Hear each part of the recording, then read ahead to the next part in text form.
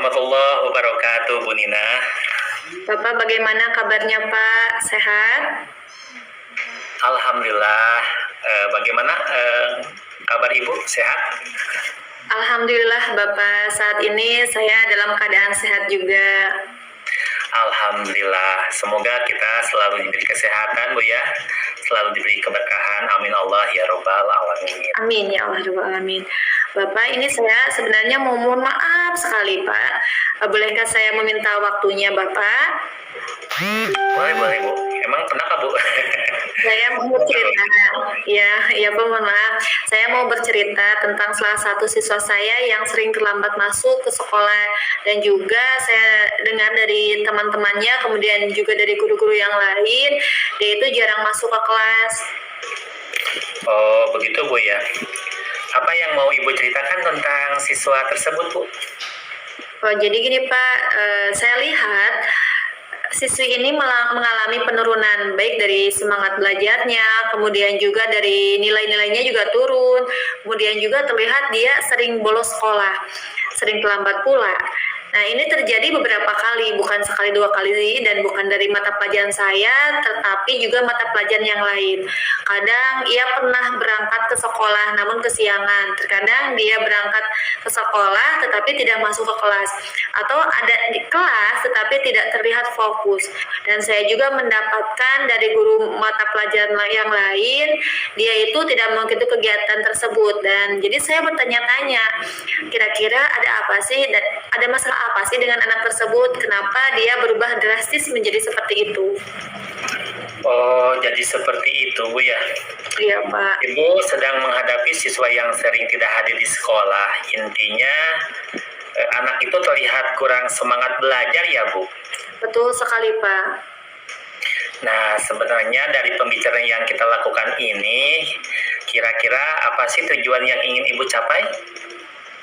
Jadi gini Pak ya, yang ingin saya harapkan dari pembicaraan ini ya, saya ingin menemukan cara bagaimana mengembalikan semangat belajar siswa tersebut sehingga dia bisa hadir ke sekolah tepat waktu, kemudian juga bisa mengikuti pembelajaran di kelas, kemudian melaksanakan kegiatan pembelajaran sesuai dengan jadwalnya. Soalnya kasihan sekali Pak kalau misalkan dia absenannya sedikit, gitu, takut nanti tidak bisa hadir, tidak bisa full, kemudian juga nilainya nanti menurun. Oh, betul Bu. Ibu merasa tergerak ya untuk membantu siswa tersebut dan mengingatkan juga, intinya anak tersebut harus sekolah ya dan mengikuti pembelajaran. Betul sekali Bapak. Oke, sekarang kira-kira perubahan seperti apa sih yang Ibu harapkan Bu ke depannya? Yang ingin saya harapkan terhadap dia itu minimal dia tuh harus semangat lagi belajarnya. Soalnya sayang sekali kalau misalkan ketika belajarnya sudah tidak semangat, ya tidak akan fokus ketika di kelas. Kemudian juga minimal dia datang ke sekolah, hadir, dan mudah-mudahan juga dia bisa terus-terusan gitu rutin ke sekolah tanpa ada bolos-bolosnya. Mungkin itu sih harusnya gitu. Menurut Ibu, kalau ada skala nih dari 1 sampai 10, usaha Ibu dalam menghadapi siswa ini, kira-kira Ibu ada di level berapa, Bu? Kalau ngobrolin tentang skala tentang usaha saya, ya lumayan juga sulit ya Pak untuk menilai diri sendiri, karena takut kepedean juga ya kalau misalkan harus menilai diri sendiri. Namun misalkan kalau diskalakan usaha saya ini, kalau dari 1 sampai 10 itu mungkin ada di skala ya ada 5 sampai 6 lah mungkin Pak. Karena memang kadang setelah diingatkan besoknya ada siswa tersebut tetapi belum rutin dan belum maksimal seperti yang saya inginkan. Baik, dari pemaparan Ibu tadi, kata Ibu ada di level 5 atau 6 ya? Iya betul Pak. Situasi ideal apa yang Ibu inginkan untuk meningkatkannya sampai ke level berapa, Bu? Jadi idealnya mungkin ya Pak, saya itu ya pengennya anak itu hadir 100% di sekolah ya. Absennya full kembali, kemudian semangat kembali. Tetapi kalau misalkan ya saya kasarnya itu ya harus jangan terlalu muluk-muluk lah ya, atau misalkan ya kalau kata orang Sundanya mah perih dulu ya. Jadi kalau misalkan di rata-rata mungkin ya 7 atau 8 lah minimal. Jadi hadir ketika dia sudah hadir ke sekolah, kemudian juga dia mengikuti pembelajaran dengan serius, ya itu juga sudah pencapaian saya lah yang lumayan gitu ya Pak untuk siswa tersebut. Baik Bu, sekarang coba Ibu ceritakan langkah-langkah apa saja yang akan Ibu lakukan untuk dapat membuat siswa tersebut bisa datang ke sekolah Bu. Ya, mungkin yang pertama saya mengkomunikasikan dulu kepada keluarganya mungkin ya Pak, karena takutnya orang tua tidak tahu ya bagaimana kondisi anak, atau misalkan bagaimana keadaan anak ketika di sekolah. Kemudian juga yang ya pastinya saya juga home visit. Nah, kebetulan si anaknya ini orang tuanya ini dekat dengan lingkungan sekolah, jadi saya ingin berkunjung juga ke rumahnya, kemudian menanyakan bagaimana ketika di rumahnya. Jadi saya datang ke rumahnya untuk mengkonfirmasi apakah orang tua itu tahu atau tidak anaknya ini sering tidak masuk ke sekolah. Mungkin seperti itu Pak. Oke, bagus sekali Bu yang Ibu sudah lakukan ya. Emang sih Bu, home visit mungkin itu adalah sebagai langkah pertama ya Bu ya. Nah itu baik sekali Bu. Apakah ada strategi yang lainnya Bu?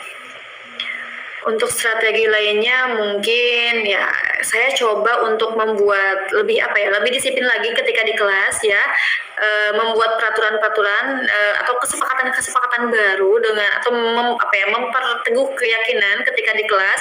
Jadi supaya disiplin anak itu lebih terjaga lagi, di mana terdapat satu poin yang harus siswa itu harus disiplin dan harus hadir di sekolah, dan kemudian juga harus mengikuti semua pembelajaran. Itu mungkin yang kali ya Pak ya. Oke Bu, strategi itu sudah sangat baik sekali menurut saya Bu ya. Nah dari kedua langkah itu, yang pertama tadi Ibu kan mengatakan Ibu akan home visit, kemudian akan membuat keyakinan kelas Bu.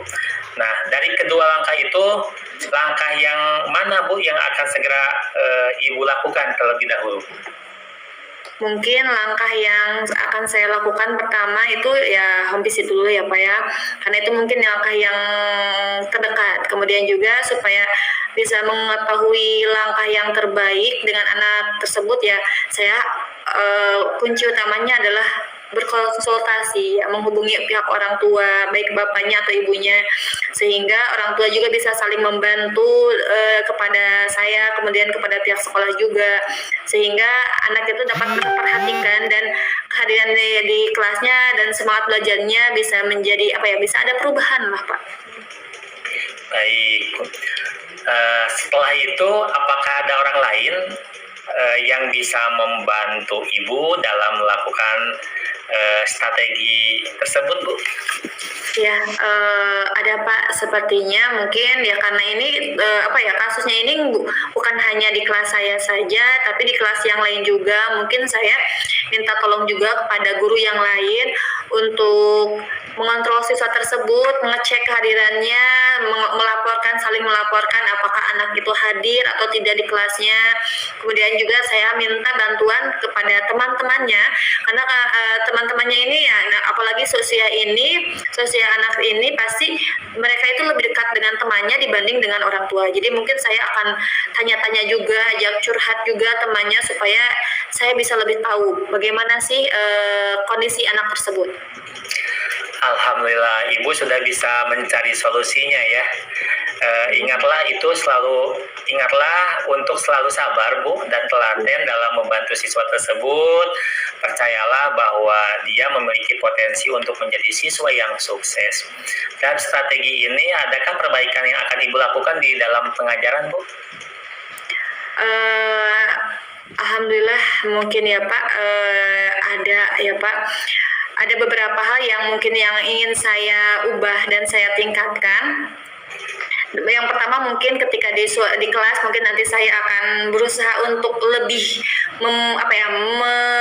menghidupkan suasana kelas. Kemudian juga saya mau membuat pengajaran atau pembelajaran lebih lebih kreatif, inovatif. Kemudian juga saya ingin adanya keterlibatan antara siswa di kelas sehingga anak yang awalnya tidak atau kurang semangat belajar menjadi tergetuk atau misalkan menjadi semangat dalam belajarnya.